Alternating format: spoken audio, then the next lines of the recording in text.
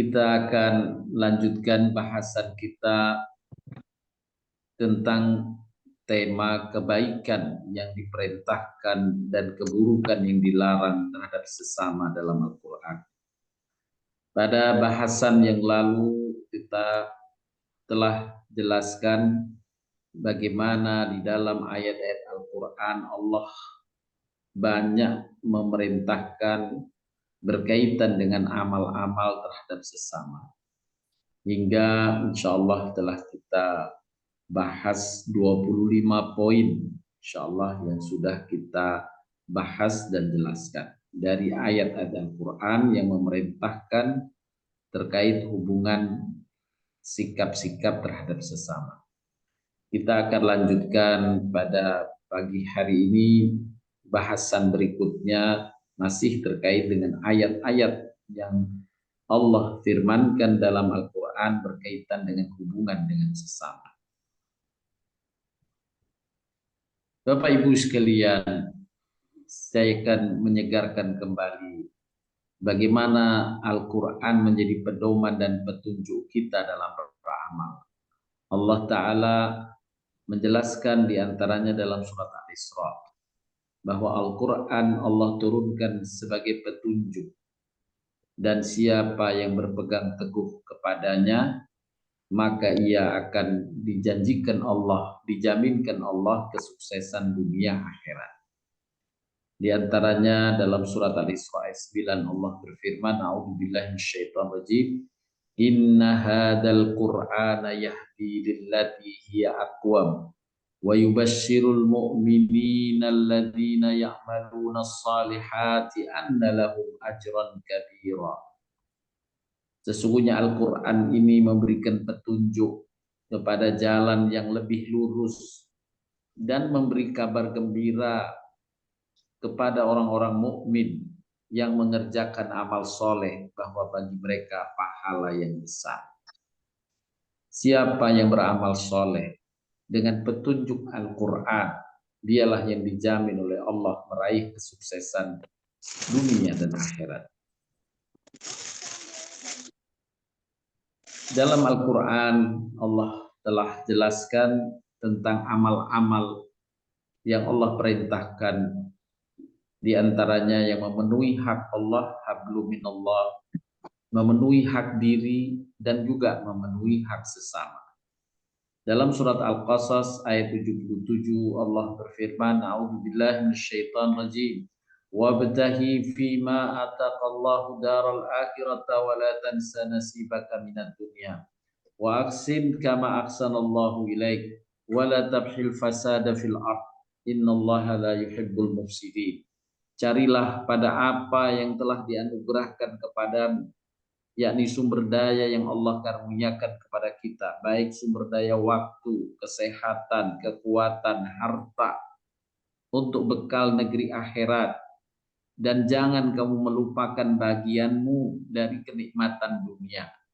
Ambil dari karunia-karunia Allah itu yang Allah telah berikan, Allah karuniakan kepada kita sebagai hambanya di muka bumi untuk dimanfaatkan, dinikmati dalam kehidupan dunia. Kemudian pada bagian yang berikutnya Allah perintahkan, berbuat baiklah kepada orang lain sebagaimana Allah telah berbuat baik kepadamu. Jangan kamu berbuat kerusakan di muka bumi. Sesungguhnya Allah tidak menyukai orang yang berbuat kerusakan. Di dalam surat An-Nisa 36 Allah Ta'ala diantaranya merinci bagaimana perintah Allah berbuat baik pada orang lain. Dirincikan, disebutkan kepada siapa saja.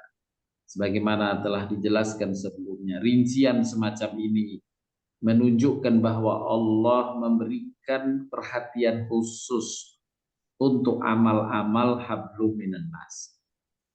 Dan dia termasuk amal-amal muta'addi, amal-amal yang Allah unggulkan ganjarannya di sisinya. Allah Ta'ala berfirman, wa'budullaha wa la tusyriku bihi syai'a wa bil walidaini ihsana wa bidil qurba wal yatama wal masakin wal jari dil qurba wal jari junubi was sahibi bil jambi wa ibnis sabili wa ma malakat aymanukum. Al-ayah. Beribadahlah kepada Allah dan jangan kamu mempersekutukannya dengan sesuatu, dan berbuat baiklah kepada kedua orang ibu bapak. Allah perintahkan berbuat baik pada sesama. Dalam ayat ini dirincikan kepada dua orang ibu bapak, kepada karib kerabat, termasuk di dalamnya keluarga, pasangan dan anak-anak. Kemudian anak-anak yatim, orang miskin, tetangga yang dekat, tetangga yang jauh, kawan dekatmu, ibnu sabil, hamba sahayamu. Sesungguhnya Allah tidak menyukai orang yang sombong dan membangga-banggakan diri. Bapak Ibu sekalian yang dirahmati Allah SWT, Allah jaminkan bahwa siapa yang mentaati apa yang Allah perintahkan dalam Al-Quran, itulah orang-orang yang berbuat kebaikan. Pasti dia akan mendapatkan ganjaran kebaikan baik di dunia maupun di akhirat. Allah Ta'ala berfirman dalam surat An-Nisa ayat 40, Innallaha la yadlimu mithqala dzarrah wa in taku hasanatan yudhaifha wa yu'ti min ladunhu ajran 'azima. Sungguh Allah tidak akan menzalimi seorang walaupun sebesar zarrah, sebesar atom. Allah nggak menzalimi dari hamba-hambanya. Jika ada perbuatan baik sekecil zarrah, niscaya Allah akan melipat gandakannya dan memberi pahala yang besar dari sisinya. Inilah jaminan dari Allah agar kita tidak menyia-nyiakan peluang berbuat kebaikan sekecil apapun. Pasti diberi balasan, dan balasan Allah berlipat ganda dari ikhtiar atau usaha kebaikan yang kita lakukan, dan manfaatnya kembali kepada si pelaku kebaikan. Allah Ta'ala berfirman pula dalam surat Al-Isra, In ahsantum li anfusikum wa in asatum falaha. Jika kamu berbuat baik, berarti sebenarnya kamu berbuat baik bagi dirimu sendiri. Kebaikan atau manfaat dari amal kebaikan itu balik ke kita, walaupun kadang secara akal kebaikan itu mengarah kepada orang yang kita baiki. Tapi Allah jamin pasti balik kepada kamu yang melakukan kebaikan. Dan jika kamu berbuat jahat, maka dampak keburukannya itu kembali ke dirimu sendiri juga. Ya. Berbuat baik, dampak manfaat kebaikannya balik kepada si pelaku kebaikan. Orang yang berbuat jahat, keburukannya akan juga balik kepada dirinya. Ini jaminan dari Allah SWT. Maka bagi hamba-hamba yang beriman dan berakal dengan imannya itu, maka sesungguhnya ia akan yakin akan balasan Allah Subhanahu wa Ta'ala, bahwa kebaikan apapun, sekecil apapun, pasti manfaatnya balik kepada dirinya, tinggal menunggu waktu. Kita bersabar menunggu balasan dari Allah yang pasti. Hanya Allah jedakan dengan waktu.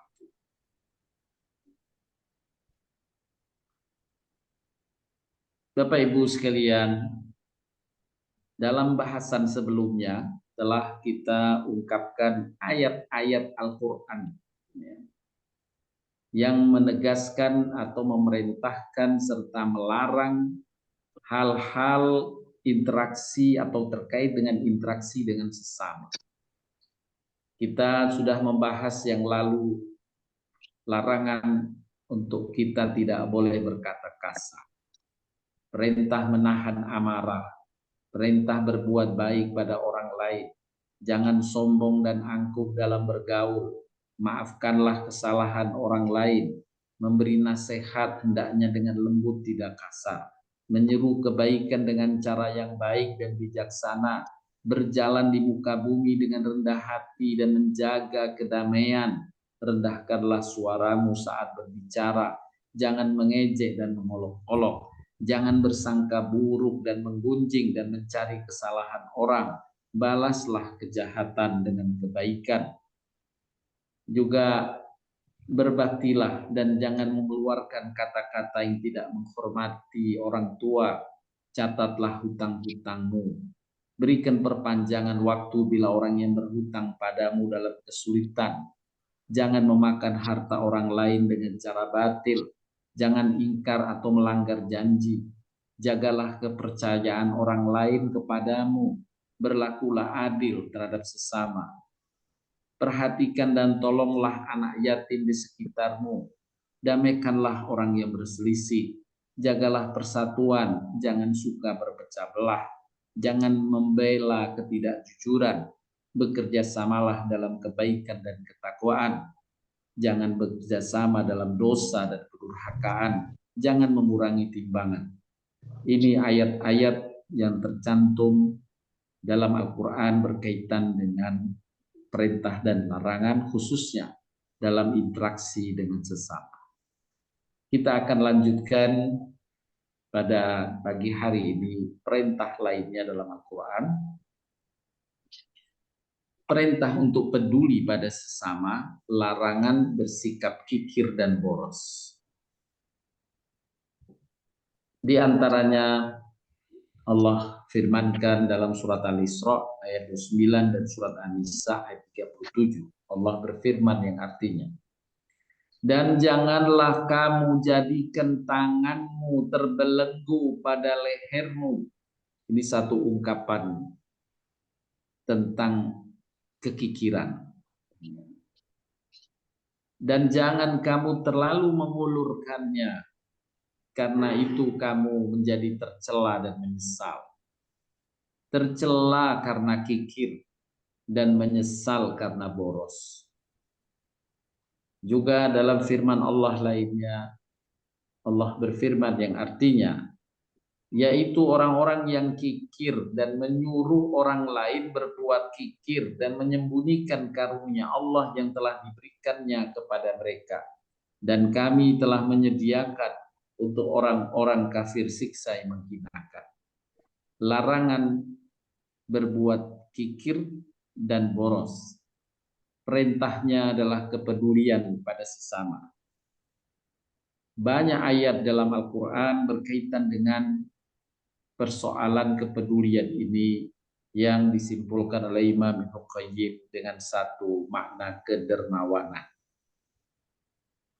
Dalam firman yang lain, wa fi amwalihim haqqun lis-sa'ilin wal mahrum. Dan pada harta-harta mereka ada hak untuk orang miskin yang meminta dan orang miskin yang tidak mendapat bagian.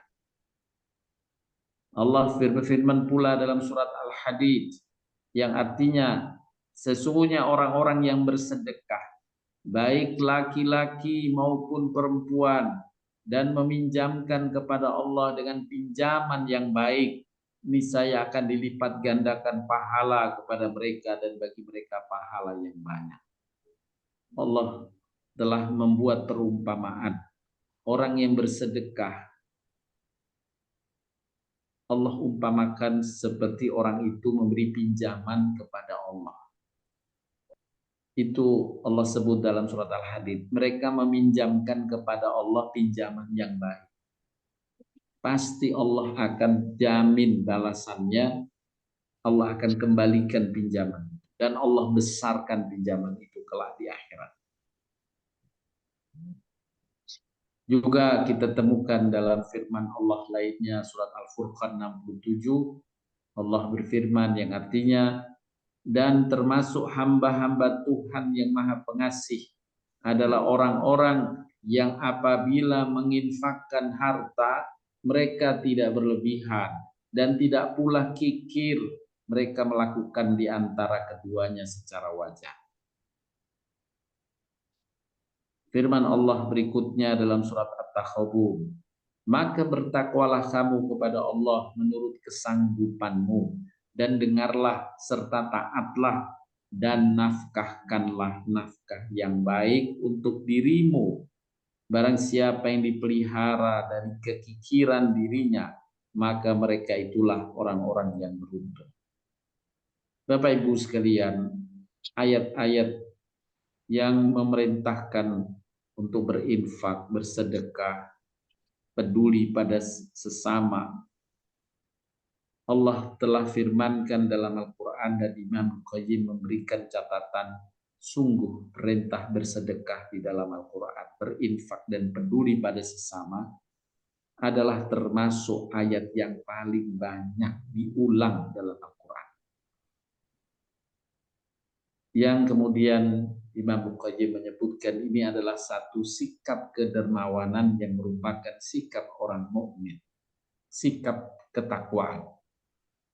Pada dasarnya perintah dan larangan dalam ayat-ayat di atas dan banyak lagi ayat-ayat lainnya mendorong kita sebagai orang mukmin untuk bersikap dermawan. Imam Al-Qayyim mendefinisikan kedermawanan adalah perilaku siap mengalokasikan berbagai bentuk kenikmatan yang dianugerahkan Allah atau yang ia miliki untuk kepentingan orang lain. Siap mengalokasikan berbagai bentuk kenikmatan. Allah karuniakan berbagai bentuk kenikmatan berupa sumber daya. Ada sumber daya waktu, ada sumber daya harta, ada sumber daya kekuatan badan, sumber daya kesehatan, sumber daya lisan. Banyak sumber daya yang Allah anugerahkan dan kita mengalokasikannya. Itu bagian dari kedermawanan dan termasuk di dalamnya adalah sedekah. Adapun kekikiran yang menjadi lawan dari kedermawanan adalah perilaku tidak mau mengorbankan apa yang dimilikinya untuk orang lain. Tidak mau mengalokasikan waktunya, tidak mau mengalokasikan badan atau kekuatannya.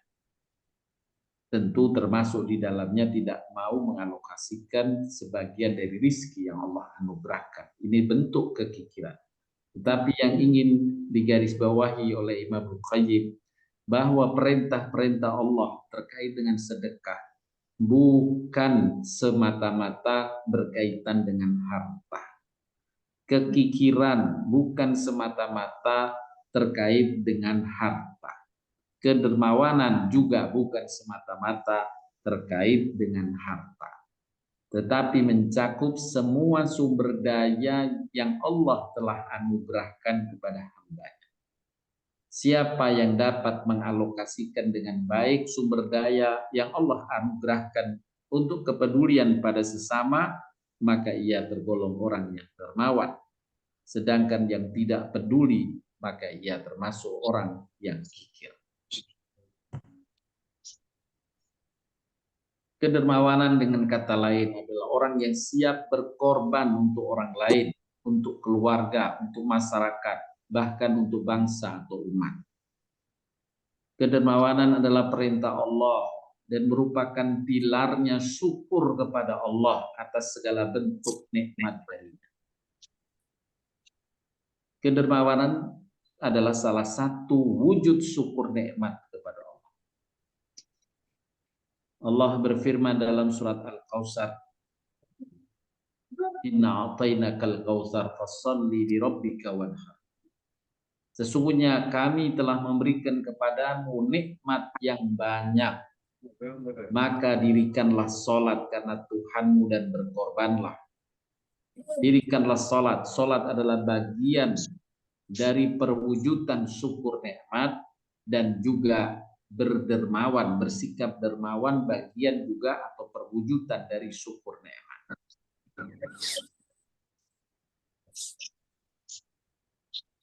Dalam ayat Allah Subhanahu wa taala sebagaimana tercantum dalam surat Al-Hasr ayat ke-9, Allah taala berfirman yang artinya, dan mereka sahabat Ansor, yakni sahabat Nabi SAW yang berasal dari Madinah. Kalau dari Muhajirin atau dari Mekah disebut Muhajirin. Ya, ini mau beres kok. Dan mereka sahabat Ansor, tiada menaruh keinginan dalam hati mereka terhadap apa yang diberikan kepada Muhajirin, sahabat-sahabat yang datang dari Mekah saat itu. Dan mereka mengutamakan orang Muhajirin atas diri mereka sendiri, sekalipun mereka dalam kesusahan. Dan siapa yang dipelihara dari kekikiran dirinya, mereka itulah orang yang beruntung. Allah jamin dia orang beruntung, orang yang dermawan, yang dipelihara dari kekikiran dirinya. Bahkan disebutkan sekalipun mereka dalam kesusahan, dia tetap peduli pada orang lain. Dalam firman Allah lainnya, nafkahkanlah nafkah yang baik untuk dirimu, dan barang siapa yang dipelihara dari kekikiran dirinya, maka mereka itulah orang yang beruntung. Allah jamin sekali lagi dalam ayat ini, siapa yang berderma, bersikap dermawan pasti beruntung. Kembali kemanfaatan dari amal kebaikannya kepada diri. Dalam surat Al-Ma'un, Allah Ta'ala berfirman, Ara'aital ladzi yukadzibu biddin? Tahukah kamu orang yang mendustakan agama? Itulah orang yang menghardik anak yatim dan tidak menganjurkan memberi makan orang miskin. Maka kecelakaanlah bagi orang yang sholat, yaitu orang yang lalai dari sholatnya, dan orang-orang yang berbuat riya dan enggan menolong dengan barang berguna. Dalam surat Al-Lail, Allah berfirman pula yang artinya, dan kelak akan dijauhkan orang yang paling takwa dari neraka itu. Siapa mereka yang paling takwa yang Allah firmankan dalam ayat ini? Yaitu orang yang menafkahkan hartanya di jalan Allah untuk membersihkannya, padahal tidak ada seseorang pun memberikan suatu nikmat kepadanya yang harus dibalasnya, tetapi dia memberikan itu semata-mata karena mencari keridhaan Tuhannya yang maha tinggi. Pujian Allah kepada sebagian hambanya yang bertakwa dengan pujian orang yang paling takwa. Kemudian Allah menjelaskan orang yang paling takwa yang Allah sebutkan adalah mereka yang memiliki sifat kedermawanan. Dalam ayat berikutnya kita temukan juga perintah berderma atau bersikap dermawan. Lambung mereka jauh dari tempat tidurnya, sedang mereka berdoa kepada Tuhannya dengan rasa takut dan harap. Dan mereka menafkahkan sebagian rizki yang kami berikan kepada mereka. Tidak seorang pun mengetahui apa yang disembunyikan untuk mereka, yaitu bermacam-macam nikmat yang menyedapkan pandangan mata sebagai balasan terhadap apa yang mereka kerjakan. Subhanallah, Allah jamin bermacam-macam nikmat Allah akan karuniakan kepada mereka yang bersikap dermawan.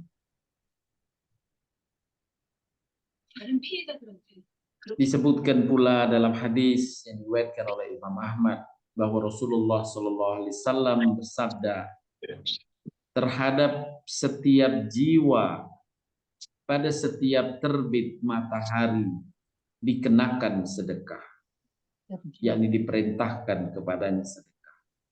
Abu Dzar bertanya, ya Rasulullah, bagaimana saya dapat bersedekah sedang saya tidak mempunyai harta? Nah, disinilah hadis ini mengklarifikasi bahwa sedekah tidak sekedar dengan harta.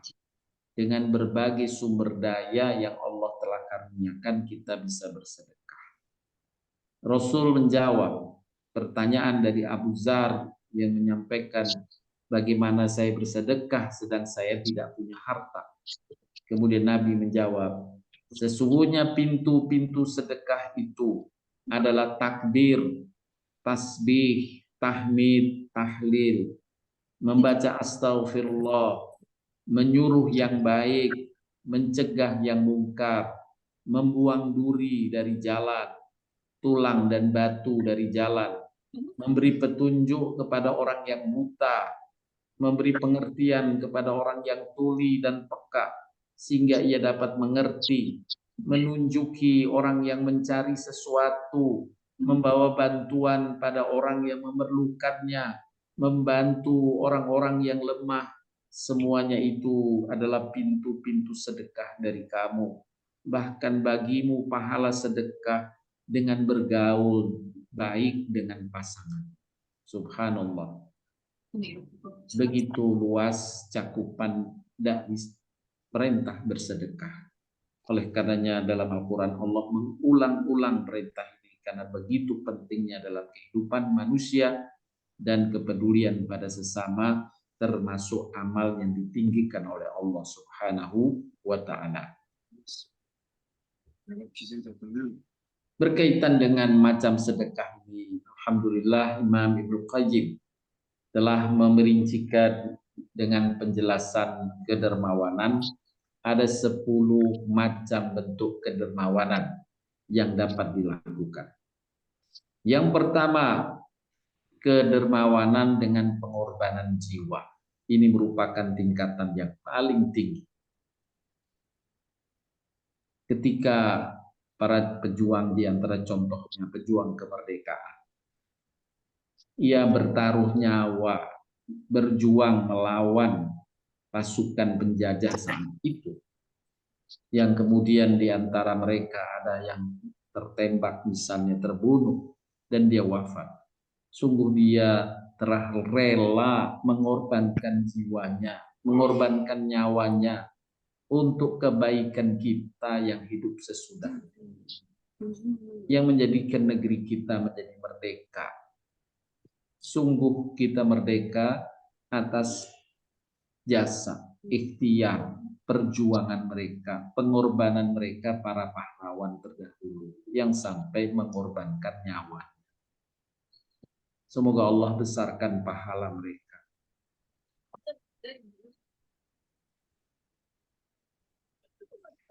Semoga Allah besarkan pahala mereka, para pejuang-pejuang yang telah berkorban, yang kenikmatan berikutnya datang dari Allah. Allah berikan kepada kita melalui perjuangan mereka. Inilah bentuk kedermawanan yang paling tinggi. Kedermawanan dengan pengorbanan jiwa.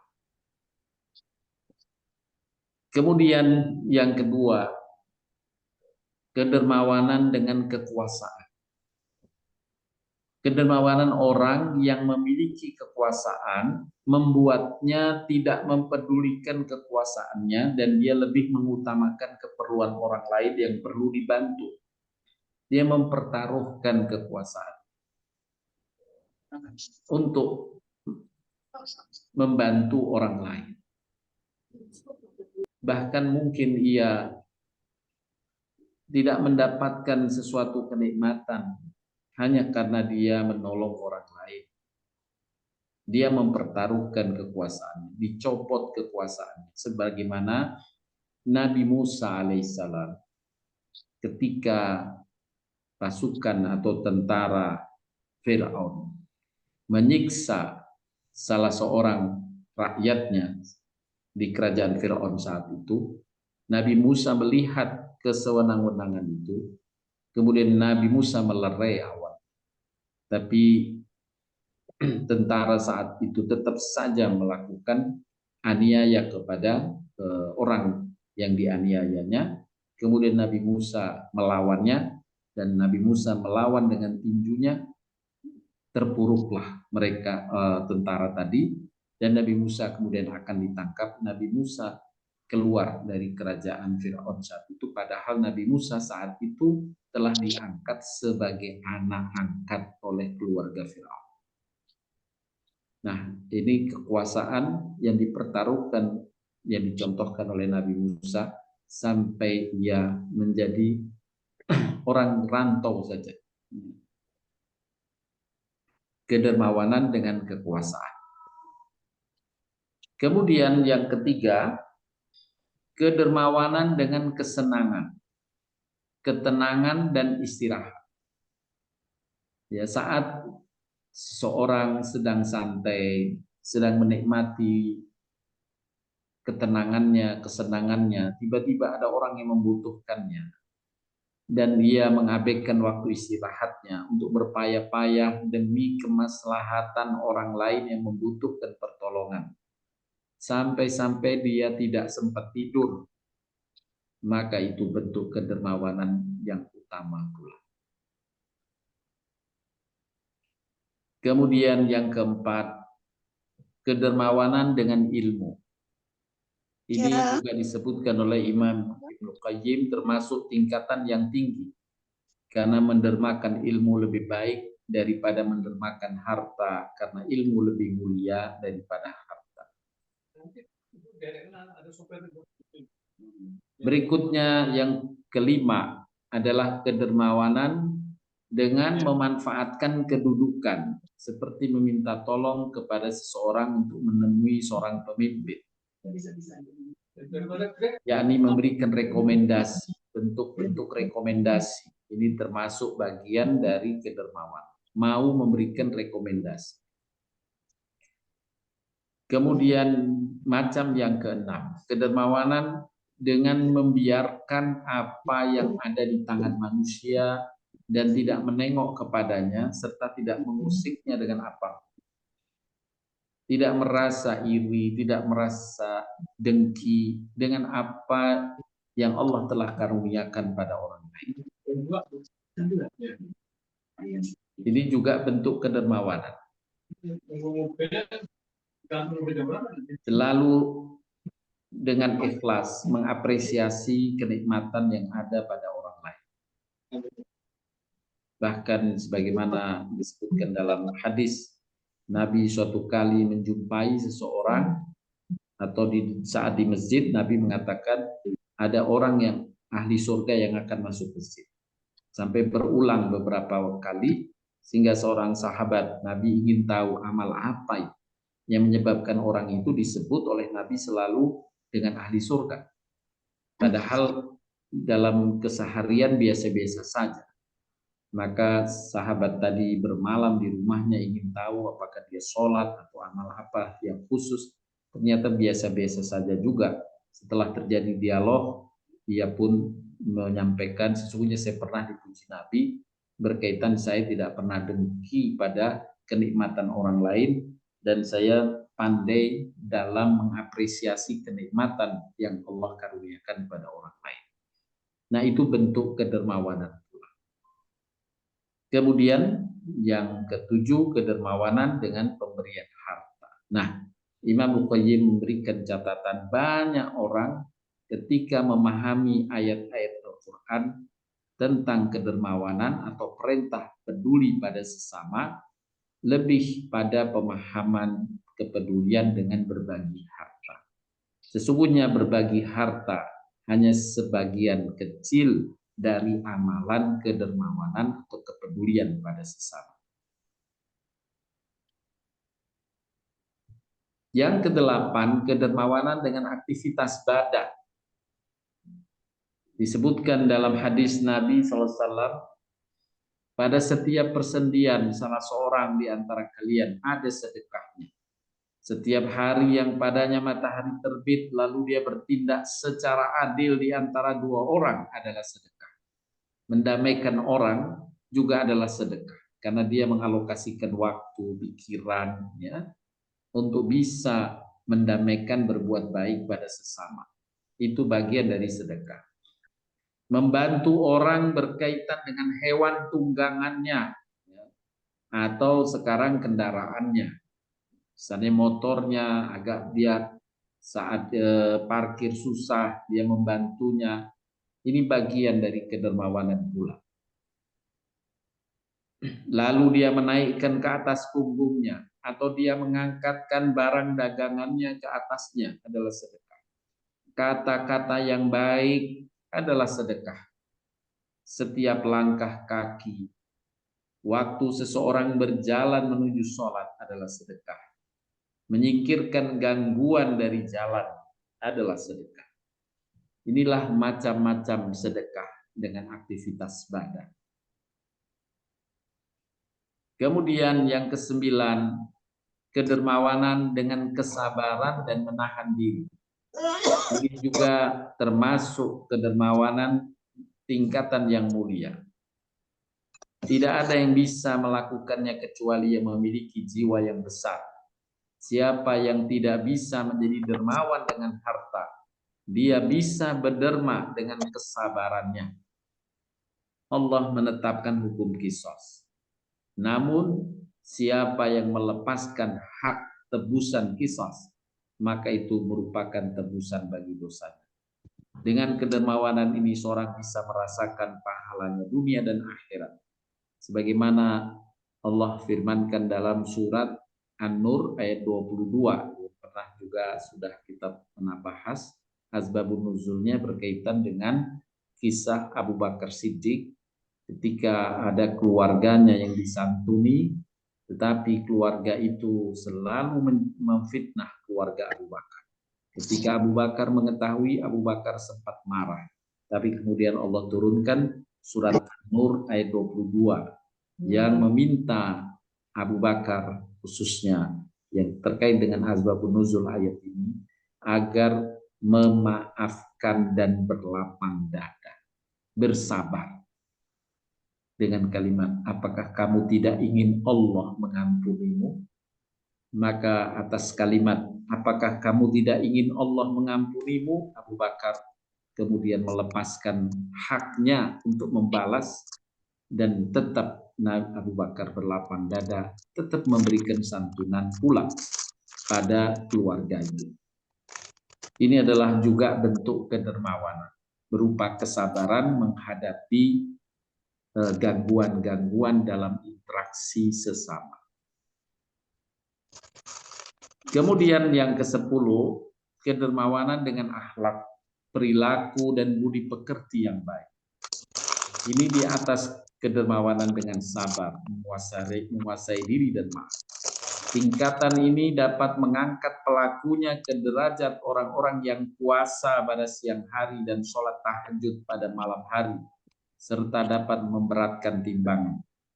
Nabi SAW bersabda, janganlah sekali-kali engkau menghina sedikit pun dari hal yang ma'ruf, sekalipun engkau menemui saudaramu dengan wajah yang berseri. Ucapan yang baik adalah sedekah. Ini bagian dari akhlak yang baik pada sesama, maka itu pun termasuk bentuk kedermawanan, kepedulian pada sesama yang diberi ganjaran besar oleh Allah Subhanahu wa Ta'ala. Adapun kedermawanan berupa sedekah harta, memang ini yang banyak dicantumkan di dalam Al-Quran untuk kita dapat memahami perintah pentingnya kedermawanan. Dalam surat Al-Baqarah Allah Ta'ala berfirman yang artinya, orang-orang yang menafkahkan hartanya di malam hari dan di siang hari secara tersembunyi dan terang-terangan, maka mereka mendapatkan pahala di sisi Tuhannya. Tidak ada kekhawatiran terhadap mereka dan tidak pula mereka bersedih. Menafkahkan hartanya di malam hari dan di siang hari secara tersembunyi dan terang-terangan. Bisa dengan sembunyi-sembunyi, bisa dengan terang-terangan, Allah tetap menerima selama tidak terdapat riya dalam hati. Jadi tidak mesti terang-terangan itu merupakan riya. Ya, bisa terang-terangan ikhlas karena Allah. Artinya semisal diumumkan, ya di masjid biasanya diumumkan sedekah dari si A, si B, maka itu termasuk sedekah terang-terangan yang diketahui orang dan itu suatu hal yang diterima oleh Allah SWT.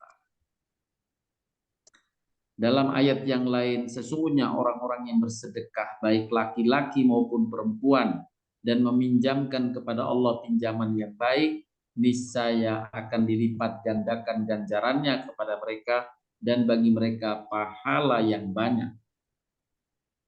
Juga dalam firman Allah lainnya, siapakah orang yang mau memberi pinjaman kepada Allah sebagai pinjaman yang baik, supaya Allah melipat gandakan balasannya dengan berganda-ganda banyaknya.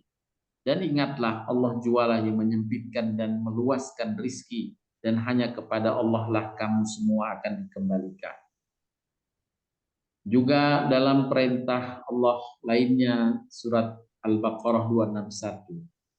Bandingan orang-orang yang membelanjakan hartanya pada jalan Allah ialah seperti sebiji benih yang tumbuh menumbuhkan 7 tangkai.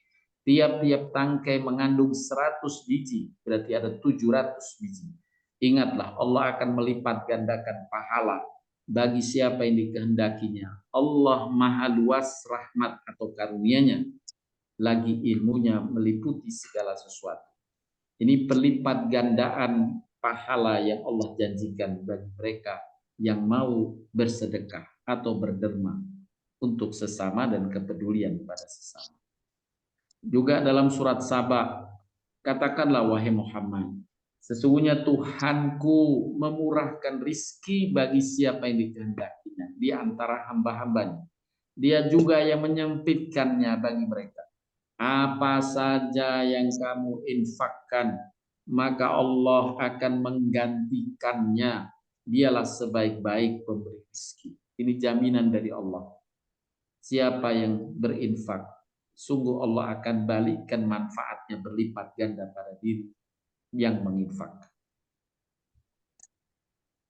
Dalam hadis Nabi SAW disebutkan pula, tiada suatu pagi seorang hamba Allah melainkan dia datangkan kepadanya 2 malaikat. Salah seorang daripada keduanya mendoakan. Yang satu malaikat mendoakan, ya Allah, berikanlah kepada si dermawan ini penggantian terhadap hartanya. Dan malaikat yang satu lagi mendoakan, ya Allah, timpakanlah pada si bakhil, yakni orang yang kikir itu kehancuran pada hartanya. Na'udzubillahi min dzalik. Di dalam hadis yang lain Rasulullah bersabda, sikap rendah hati itu hanya akan menambah seseorang makin menjadi mulia. Maka dari itu berlaku rendah hatilah kalian. Niscaya Allah Ta'ala akan memuliakan. Sikap pemaaf hanya akan menambah seorang makin mulia. Oleh karena itu banyak maaflah kalian. Niscaya Allah akan memuliakanmu. Dan amal sedekah itu hanya akan menambah seorang makin banyak hartanya. Maka bersedekahlah kalian. Niscaya Allah akan melimpahkan rahmatnya kepada. Ini jaminan dari Nabi SAW dalam hadisnya terkait dengan jaminan Allah bagi orang yang peduli pada sesama. Allah akan muliakan. Hadis Nabi lainnya, Rasulullah bersabda, bersihkanlah hartamu dengan zakat dan obatilah sakit kalian dengan bersedekah. Tolaklah olehmu bencana-bencana itu dengan doa.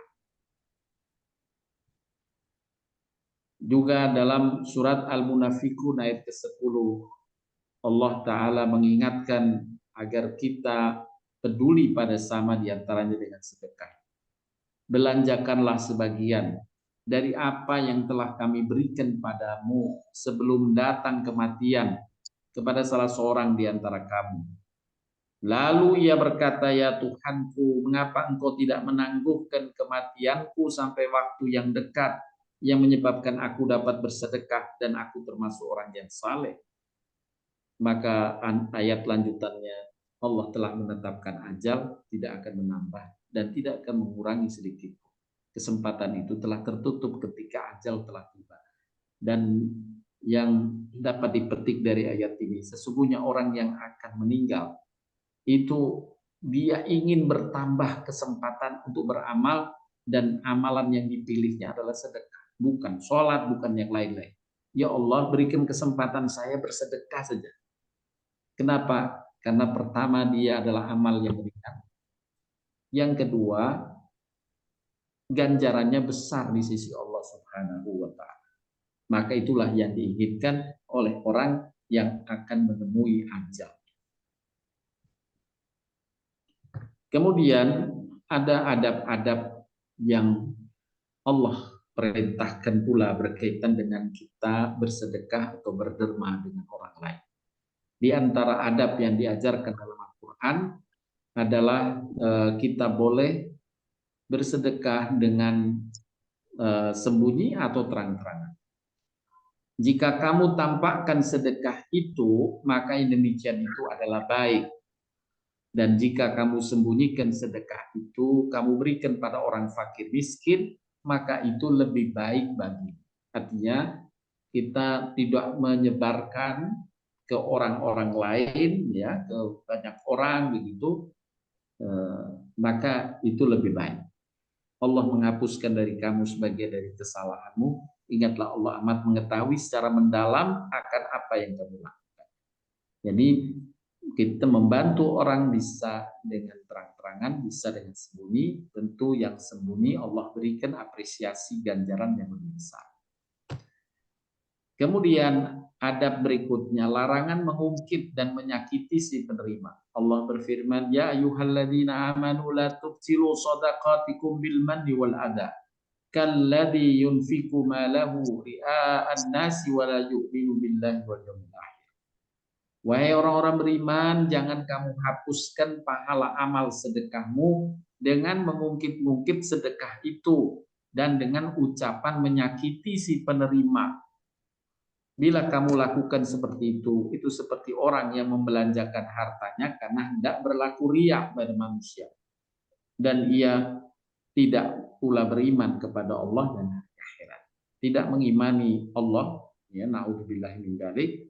Dengan ini satu ungkapan dalam ayat Al-Baqarah 264. Agar kita tidak mengungkit-ungkit apalagi sampai menyakiti ucapan si penerima. Kemudian bersedekah atas harta yang dicintai itu lebih utama. Allah berfirman dalam surat Al-Imran, kamu tidak sekali-kali dapat mencapai kebajikan dan kebaktian yang sempurna sebelum kamu menyedekahkan sebagian dari apa yang kamu cintai. Jadi sedekah yang bernilai tentunya adalah yang dari harta yang disukai atau dicintai. Dan sebaliknya Allah menyampaikan dalam firman-Nya Al-Baqarah 267, hai orang-orang beriman, nafkahkanlah sebagian dari hasil usahamu yang baik dan sebagian dari apa yang kami keluarkan dari bumi untuk. Jangan kamu memilih yang buruk-buruk lalu kamu nafkahkan daripadanya. Padahal kamu sendiri tidak mau mengambilnya, melainkan dengan memincingkan mata terhadap. Ketahuilah Allah Maha Kaya lagi Maha Terpuji. Di satu sisi diperintahkan kita menyedekahkan yang kita cintai, yakni harta tentu kita cintai. Kemudian jangan kamu memilih yang buruk, misalnya buah yang sudah busuk, makanan yang sudah basi, maka itu tidak diperkenankan untuk disedekahkan. Jangan kamu memilih yang buruk lalu kamu nafkahkan daripadanya. Dalam ayat yang lain Allah berfirman, mereka memberikan makanan yang disukainya kepada orang miskin, anak yatim, dan orang yang ditawan. Yakni makanan yang disukainya, ya, bukan sekedar makanan yang sudah mau basi dan sebagainya. Nah, ini perintah agar kita berlaku baik kepada sesama, dermawan pada sesama dengan adab-adab yang Allah telah ajarkan pula. Nah, berkaitan dengan harta yang disedekahkan, akan bisa dijelaskan ada 4 macam bentuk harta atau barang yang akan kita sedekahkan. Yang pertama, harta yang dicintai dan bernilai. Sudah dicintai dan bernilai. Inilah yang diperintahkan tadi. Surat Al-Imran ayat 92. Kemudian yang kedua, yang tidak dicintai tapi bernilai. Artinya mungkin kita punya barang, kita nggak suka barang itu, atau misalnya menu makanan, misalnya ada kita punya makanan yang kita tidak suka terhadap makanan itu, tapi masih benar, masih bernilai ini makanan, maka ini masih dibolehkan yang kedua. Tapi dia masih derajat pahalanya masih di bawah yang pertama. Kalau yang pertama itu sudah bernilai, dicintai, disukai juga, maka kemudian dia sedekahkan, itu yang paling tinggi nilainya. Kemudian poin yang ketiga, yang dicintai tapi tidak bernilai. Ya. Ada orang mencintai satu barang atau makanan, tapi sebenarnya murah, tidak bernilai.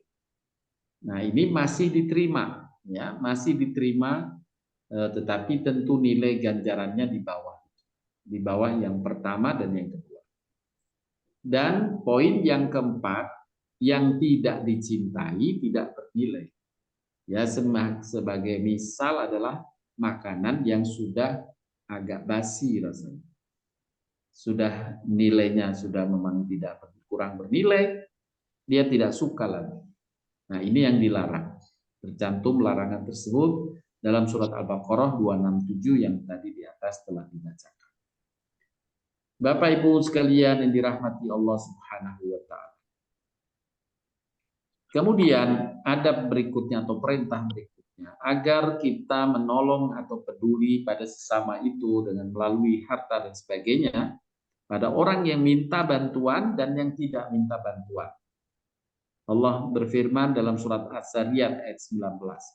Pada harta-harta mereka ada hak untuk orang miskin yang meminta dan orang miskin yang tidak meminta. Jadi kita diperintahkan bukan saja kepada yang minta, tapi juga kepada yang tidak minta. Tapi kita bisa cari informasi terlebih dahulu tentang kebutuhannya, kemudian kita berikan sesuai dengan kebutuhan, maka itu mendapatkan ganjaran yang lebih besar. Dalam surat Al-Baqarah Allah jelaskan ganjarannya yang lebih besar ini, berinfaklah kepada orang-orang fakir yang terikat oleh jihad di jalan Allah. Mereka tidak dapat berusaha di muka bumi. Orang yang tidak tahu menyangka mereka orang kaya karena memelihara diri dari minta-minta. Kamu kenal mereka dengan melihat sifat-sifatnya. Mereka tidak meminta kepada orang secara mendesak. Dan apa saja harta yang baik yang kamu nafkahkan, sesungguhnya Allah Maha mengetahui. Ini keutamaan bagi kita yang berderma pada orang yang tidak minta, tapi dia membutuhkan. Tapi bukan berarti yang meminta dilarang kita memberi. Tetap kita diperintahkan memberikan, menyenangkan mereka dengan mengabulkan permintaan atau permohonan.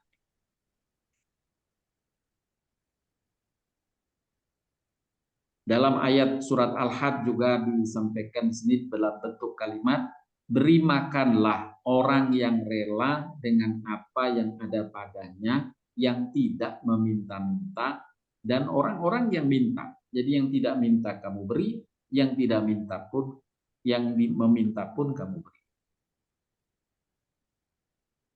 Bapak Ibu sekalian yang dirahmati Allah Subhanahu wa taala, ini juga termasuk perintah jangan menyebut sedekahmu dan menyakiti si penerima tadi, surat Al-Baqarah 264. Dan satu lagi, jangan menghardik orang yang minta-minta. Allah Ta'ala berfirman, fala tanhar. Terhadap orang yang minta-minta, jangan kamu menghardik. Ini dosa besar. Kalau tidak memberi, tidak masalah. Kepada orang yang minta-minta, tidak memberi tidak masalah, tapi sampaikan keberatan kita dengan kata yang baik.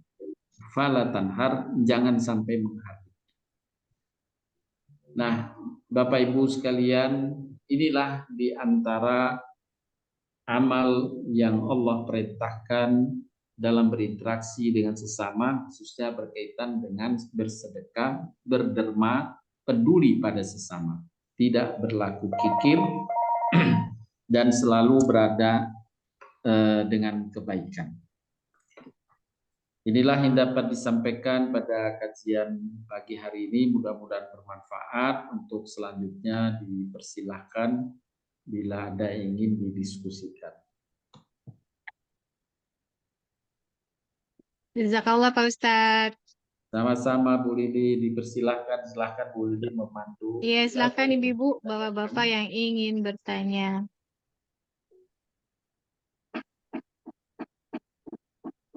Kalau belum ada saya yang bertanya Pak Ustadz. Silakan Bu Lili.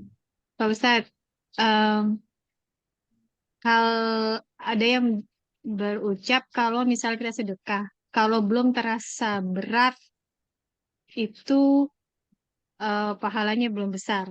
Misalnya kita biasa misalnya nyumbang dalam bentuk kata misalnya nih 10.000.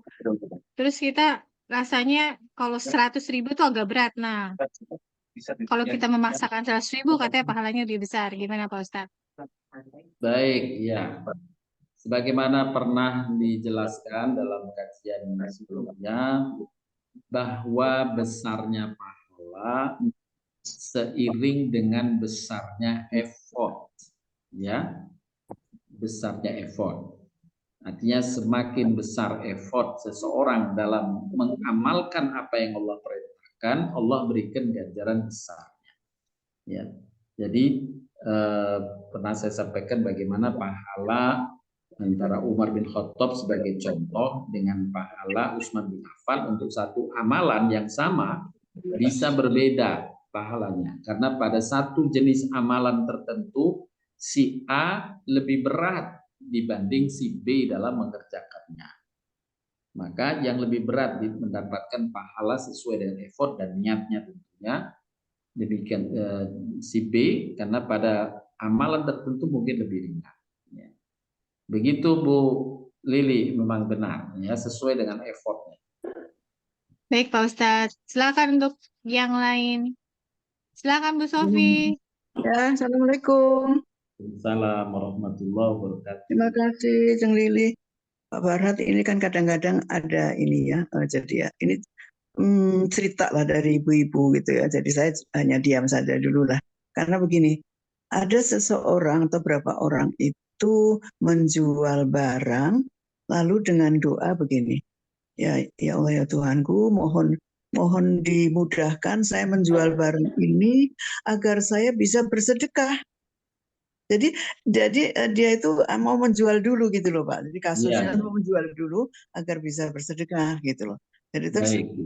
kalau itu niat, hanya saya menjawab begini Pak, apa benar? Nah kalau niatnya baik memang untuk jual barang itu untuk bersedekah ya nggak salah. Saya itu begitu. Tapi kan tidak ilmiah seperti Pak Farhat kalau menjawab gitu loh maksud saya Pak. Bagaimana Baik. Pak? Enggak. Ya, Bu. Ya, itu namanya berniat dengan wasilah. Ya, wasilah artinya siapa yang berniat untuk melakukan amal kebaikan, Allah Subhanahu wa taala akan support gitu. Jadi kalau kita berniat, makanya jangan mengecilkan makna niat kebaikan. Semisal contoh kita dia berniat saya ingin haji, jangan dicela. Misalnya, hah, kamu haji? Begini kamu haji? Gimana sih? Nah, kadang orang mencela. Padahal Allah itu kalau ketika hambanya berniat melakukan kebaikan, Allah akan support. Nah, maka salah satu wasilah, ya ayyuhalladzina amanu taqullaha wabtahi ilaihi wasilah. Orang-orang beriman, bertakwalah kepada Allah dan carilah olehmu akan wasilah hal-hal yang bisa mendapatkan ridho Allah. Dan di antara ridho Allah itu, meraih ridho Allah adalah berniat melakukan kebaikan. Nah, bila ada hamba berniat melakukan kebaikan, Allah akan support. Nah, maka ketika dia berdoa semacam yang Ibu Sofi sampaikan, saya mau menjual ini semoga saya bisa sisihkan untuk berhaji atau saya bisa sisihkan untuk bersedekah, ya. Mudah-mudahan Allah akan mengabulkan niatnya itu dengan cara lewat wasilahnya, yaitu menjual rumah dan sebagainya tadi itu dimudahkan oleh Allah. Jadi begitu. Jadi itu bagian dari wasilah, dibolehkan dan memang malah dianjurkan berwasilah kebaikan. Oh jadi orang itu kalau berdoa terus, oh, ya Allah biar saya bisa bersedekah ya Allah itu terus itu nggak apa-apa ya Pak Fahri, malah Ya ya tidak apa-apa, cuma maksudnya yang berhubungan ya dengan sedekah tadi kan. ya, Bukan berarti ya. kemudian ya karena doa saya nggak dikabulkan ya udahlah saya nggak sedekah, nggak boleh begitu. Oh disertai oh Ya, begitu ya. Jadi sebetulnya bisa bersedekah asal dia menjual sebagian barangnya. Begitu ya, itu niatnya sudah baik Iya, sebetulnya ya. artinya dia akan menyisihkan untuk sedekah. Iya. Oh iya iya Pak ya. Ya begitu. Saya penjelasannya kurang saja kalau gitu Pak. Ya ya. Udah niat Baik, baik. Ya saya katakan begitu. Ya sementara satu Pak, nanti satu lagi belakang. sama-sama Bu Terima Sofi. kasih. Silahkan bila ada yang lain. Silakan Ibu-ibu, Bapak-bapak. Silakan Ibu Bima. Saya pas dulu, Mbak Lili, silahkan. Belum ada lagi Pak Ustadz. Baik, Bapak Ibu sekalian, mungkin bisa kita cukupkan kajian kita pada pagi hari ini. Kita tetap semangat menjalani apa yang Allah perintahkan dalam Al-Quran berkaitan dengan amal-amal interaksi dengan sesama, kepedulian dengan sesama, dan diantaranya yang kita bahas panjang pada pagi hari ini, kepedulian pada sama, kedermawanan pada sama, melalui kita bisa berinfak.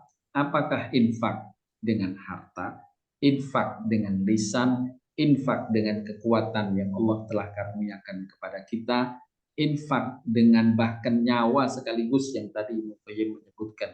Itu derajat infak yang tertinggi, menginfakkan nyawanya untuk kepentingan orang lain, apalagi untuk kepentingan umat dan bangsa. Itu derajat kedermawanan yang paling tinggi. Nah itulah Bapak Ibu, bahkan yang terkecil kata Nabi, jangan kau remehkan infakmu berjumpa dengan saudaramu dengan ramah atau dengan senyuman. Itu juga bagian dari infak, menggembirakan orang lain. Demikian Bapak Ibu yang bisa disampaikan. Mohon maaf bila ada kata yang kurang berkenan. Subhanakallahumma wa bihamdika asyhadu an la ilaha illa anta astaghfiruka wa atubu ilaik. Wabillahi taufiq wal hidayah. Wassalamualaikum warahmatullahi wabarakatuh.